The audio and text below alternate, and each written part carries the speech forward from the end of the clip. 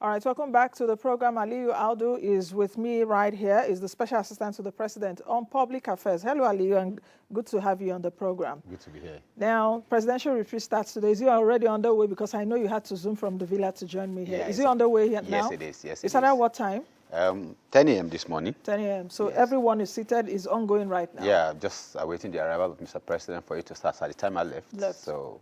Okay, so why is this coming up at this time? Of course, a lot of people said it could be wise to wait for the Supreme Court judgment, for the president, of course, to know his fate. Now, all those stuff has been done and dusted. So, is that why we're having a presidential retreat now? No, it has nothing to do with that. Absolutely. You know, if you know, Mr. President is a very pragmatic leader, and in the last 4 months, he's been able to assess the real situation of things. You know, brought up policies that are required to turn around the fortunes of this country.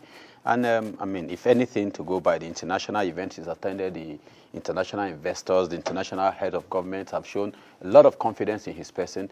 They know his track record. They know his experience in corporate governance. I mean, he's done this at a subnational level, but he's at the national level now. And the time is now, you know, with the essence of having to get the entire team on one vision, the central objective of the government, that is delivering on the renewed hope agenda. For Mr. President, it is key that every member of his cabinet, every member of his team knows what the challenges out there, what we need to do. Time should be in the past when we used to deal with short solutions like quick fixes and all of that. We need to have a midterm and a long-term plan. And President is about that. He did that in Lagos. He's bringing that on board. So he's creating a culture. But Lagos is not Nigeria, or Nigeria is not Lagos. It's now, I acknowledge the fact that you talked about... Economically, Lagos is the heart of Nigeria. Yes, I understand that is the economic heartbeat of the country. I understand that. But of course, Nigeria is bigger than Lagos in terms of a lot of complexities. Many states are not like Lagos. The federal Tinubu is at the head of the executive. So I can imagine the kind of challenges that he will be seeing on a day-to-day basis. Even as that is, let's look at it into sports. And we are better off to use our Nations Cup qualifiers, the winners of Nations Cup, to go crucify the World Cup, don't you think? I'm a football fan, though, so don't even allow us enter football. Before the show will turn into a football program. Yeah. But what is making this presidential retreat? Okay, who are those that are supposed to attend this? Let's start from that. I know ministers, the cabinet ministers, the special advisors, some SSAs, then top of different agencies, then of course the institution itself. That's the top level of civil service. Okay. The civil servants at the top level. You know, those that are secretaries. Yes, those that are critical to the running of government. Okay, are there some agencies, heads of agencies that are part of this retreat? Yes. That are there now? Yes. Okay, so what's making this retreat different? Because other presidents have also had retreats. I think during Buhari there was a retreat too, but we did not see it cascade in terms of KPIs, key performance indicators. It was just like a retreat, just assemble and let's just see. But what will make this different?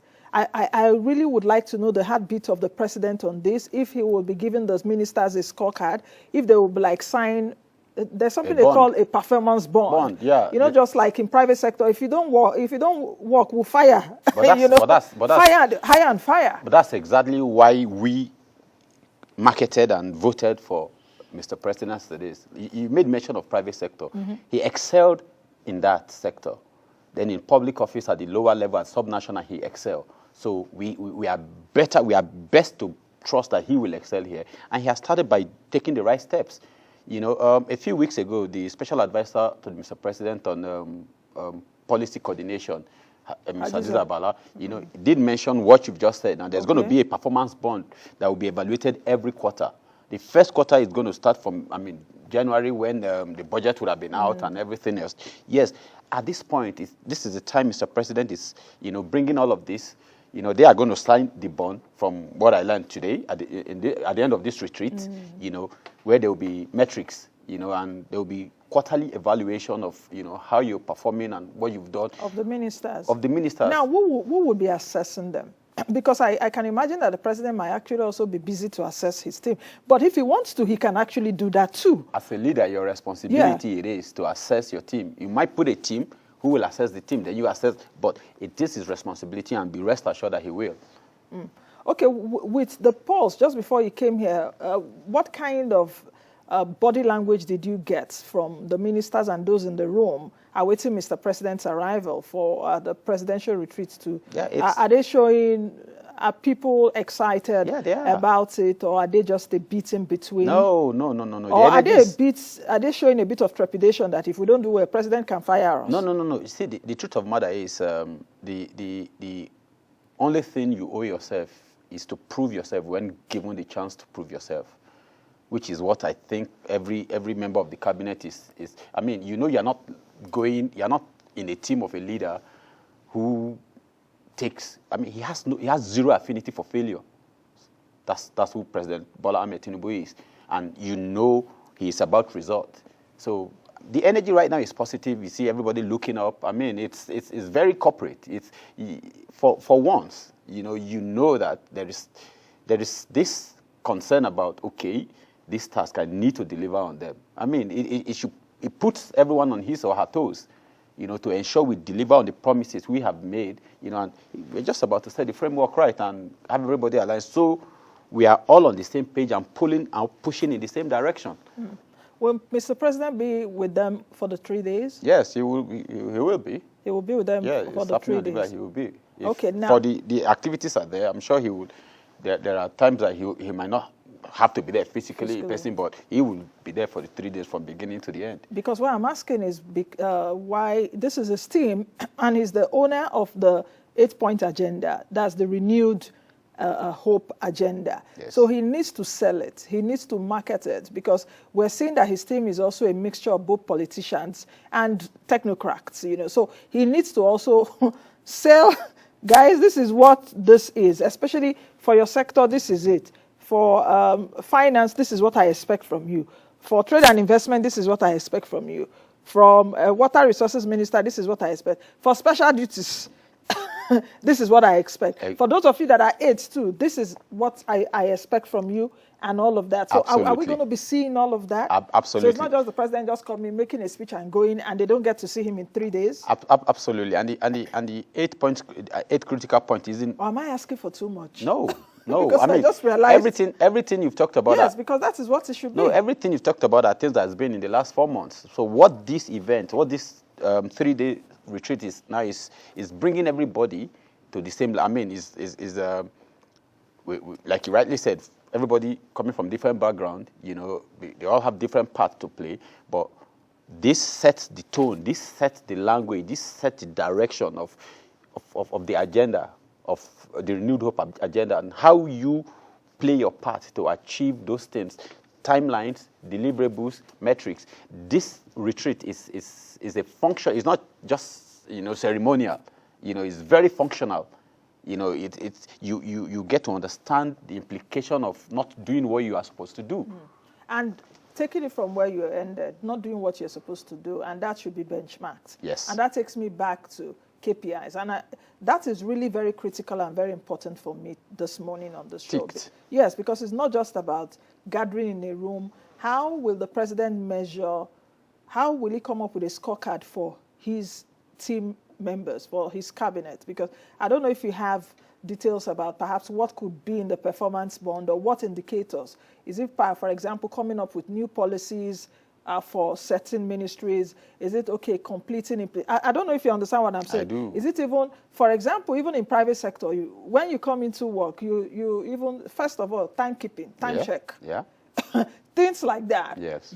So what exactly is the president going to be measuring his team? While I do not have the specifics at this point, I mean, I'm confident it's going to be out there in the public, because the current administration is very keen on, making available information to the people, knowing how much power the people can actually exert, or, how much inspiration they can draw from having information available to them. And I'm confident, all of the teams that have been put together, even from the private sector, we have the likes of the PwC, the KPMG, the McKinsey. They are there in the Yes. They are all part of this retreat, and I'm sure they are part of the setting of KPI. If, like The confidence is, these are the kind of, this is what we were talking about when we're marketing Mr. President, for someone who has succeeded in the private sector, who knows the private sector top players, and the top players know him. They trust him like he trusts them. And, he speaks their language, they speak his language. Internationally, you've seen his international visit, all of the events he's been. You've seen the acceptance. There's a lot of respect. There's a lot of recognition. The investors are coming in, and it's when you have... The investors are saying the right things, not that they have really come in. They are coming in. It's for Mr. President to follow up and let's get money for it. He met with the Chancellor of Germany. I talked about it earlier before you came in. So that's them coming in. He doesn't live here. They are coming in.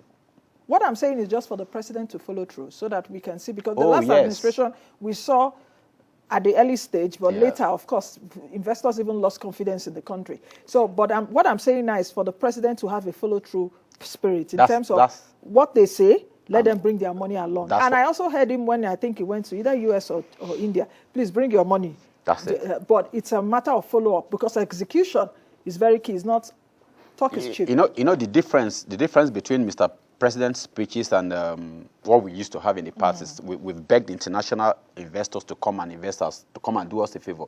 But Mr. President is letting them know the opportunities here, and letting them know that you don't want to miss out on this opportunity, and whatever needs to be done on our part as a government to ensure your investment is protected, to ensure you're coming to play, it's according to international laws, and he has assured them that his government will guarantee that. Okay. And that's all that needs to be done. And he has the track record. They can look at his track record, not just us. Okay. He has the track record that they can look at. They've worked with him where he was at the subnational level in Lagos State, and they worked with him successfully. So now that he's #1 citizen of the nation, even more confidence to work with him. Okay, Aliyu, just before I let you go, and I hope that, of course, after these 3 days, I would still do another episode of this to know what exactly emanated from this and what could be the tangibles. Yes. But is there really a timeline? Do you have an idea of a timeline? Or perhaps when the retreat is done, we'll get... Because Nigerians are really interested in having a team that performs. That's what we are picking. Because the economy is not smiling on anyone. There's nothing really, though a lot of positives. Of course, we cannot say that everything bad. There are a lot of positives happening in this country. But the economy right now is not smiling. There are issues, legacy issues, which the president has to fix, and all of that. Let's understand the economy that it is not peculiar to Nigeria alone. You understand? I understand. It's not peculiar to Nigeria, but most of what we're suffering is self-inflicted. Good. Aliyu, I can tell you about that. I agree. So the very realization of our problem is halfway to solving them. Then having a leader who knows, the processes, who has done this before, he has tried it, he has done it successfully, and the sheer confidence, knowing that you are being led by someone who knows what to do and who knows how to do it and who is always ready to do it. It is why, the entire country should be at ease. I mean, let's now look at which part, what part of these processes, what part of this solution are we to play to ensure we have it in quick time and in the highest effect. I'm hearing leadership. The president is a leader. I'm hearing leadership, and I hope that perhaps the president got people that will school or that will educate his team on leadership and also on the power of execution, on the power of vision. I hope that they would also be in the room for 3 days. And I also hope that the president will be able to tell his team that this is what he wants. For those of you that are aides and also for those of them that are ministers, that there's a certain way you also need to behave. You are a servant of the people. You are not a god. Absolutely. I know they are listening to me in the villa. So all those things, we expect that at the end of the 3 days, even the body language, the charisma, the courage of ministers and people like you should change after these 3 days. You see, Nancy, what you need to understand is our president is a Democrat through and through. He has fought for democracy. He has been, on the other side of fighting for democracy, and he's here now. And he understands the Constitution. He understands that he knows that the sovereignty from which government, draw their power and authority is owned by the people. Okay. Okay, I think Aliyu will leave it at that so that I can also free you to go back. Thank you Let's very talk much after the 3 days, and thank you for having me. For coming. All right, I've been speaking with Aliyu Audu, who is the Special Assistant to President Tinubu on Public Affairs. We've been talking about the 3 days. Is it a ministerial retreat or presidential retreat or presidential cabinet retreat? Retreat, okay, because a lot of things in the and the theme is delivering on the renewed hope agenda. Okay, okay. So